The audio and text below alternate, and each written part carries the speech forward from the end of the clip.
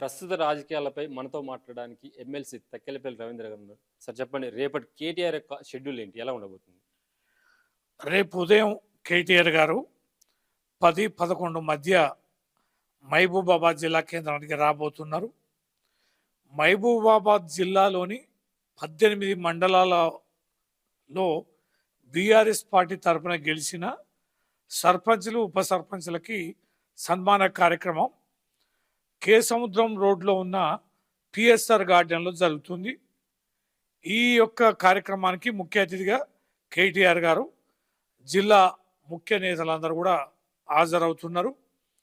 దీనికి భారీ ఎత్తున పార్టీ కార్యకర్తలు గెలిచిన వారనే కాకుండా ఓడిన వారు కానీ, పోటీ చేసి ఓడిన వారు కానీ, తర్వాత గెలిచిన వార్డు మెంబర్లు, పోటీ చేసిన వార్డు మెంబర్లు అందరూ కూడా మన వర్కింగ్ ప్రెసిడెంట్ కేటీఆర్ గారు వచ్చే కార్యక్రమానికి హాజరు కావాల్సిందిగా విజ్ఞప్తి చేస్తున్నాం.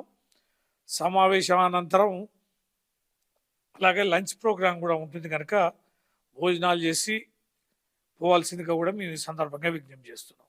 జిల్లాలో మొత్తం ఎన్ని గెలుచుకున్నారు, ఏం చెప్పబోతున్నారు కార్యకర్తలు? మాకు ఇప్పుడున్న సమాచారం ప్రకారం అయితే 143 సర్పంచులు మేము గెలిచినాం అనేది మాకు స్పష్టంగా తెలుస్తున్నది.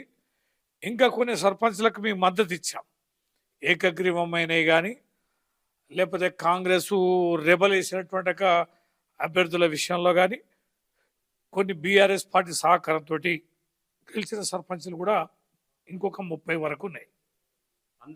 గ్రామాల్లో అన్ని ప్రచారం చేసి ఇవన్నీ గెలుచుకొని వచ్చారంటారా? ఎలా చెబుతున్నారు? ఖచ్చితంగా బీఆర్ఎస్ పార్టీ మీద ఏ రకమైన విశ్వాసం ప్రజల్లో కలుగుతుందనేది ఎన్నికల ద్వారా స్పష్టం.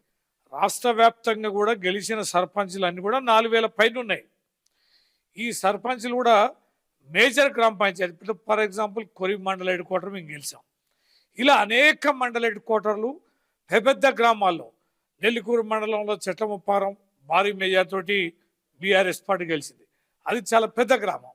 ఇలా చూసుకుంటే యావత్ తెలంగాణలో 3000, 4000, 5000 ఓట్లున్న పెద్ద గ్రామ పంచాయతీలు కూడా బీఆర్ఎస్ పార్టీ పెద్ద మొత్తంలో గెలిచింది. కనుక ప్రజలు మా పక్షాన ఉన్నారు. గ్రామాలు ఆలోచన చేస్తున్నాయి. ఇంకా 3 సంవత్సరాల ప్రభుత్వం ఉంది కాబట్టి కొన్ని తండ గ్రామ పంచాయతీలు కానీ, చిన్న గ్రామ పంచాయతీలు కానీ ప్రభుత్వం యొక్క సహకారం ఉండాలి. ఆ ఎమ్మెల్యేలతో పనులు చేయించుకునే అవకాశం ఉంటుంది కాబట్టి గవర్నమెంట్కి అనుకూలంగా ఉందామని గెలిచిన సర్పంచ్లే తప్ప మరొకటి కాదు.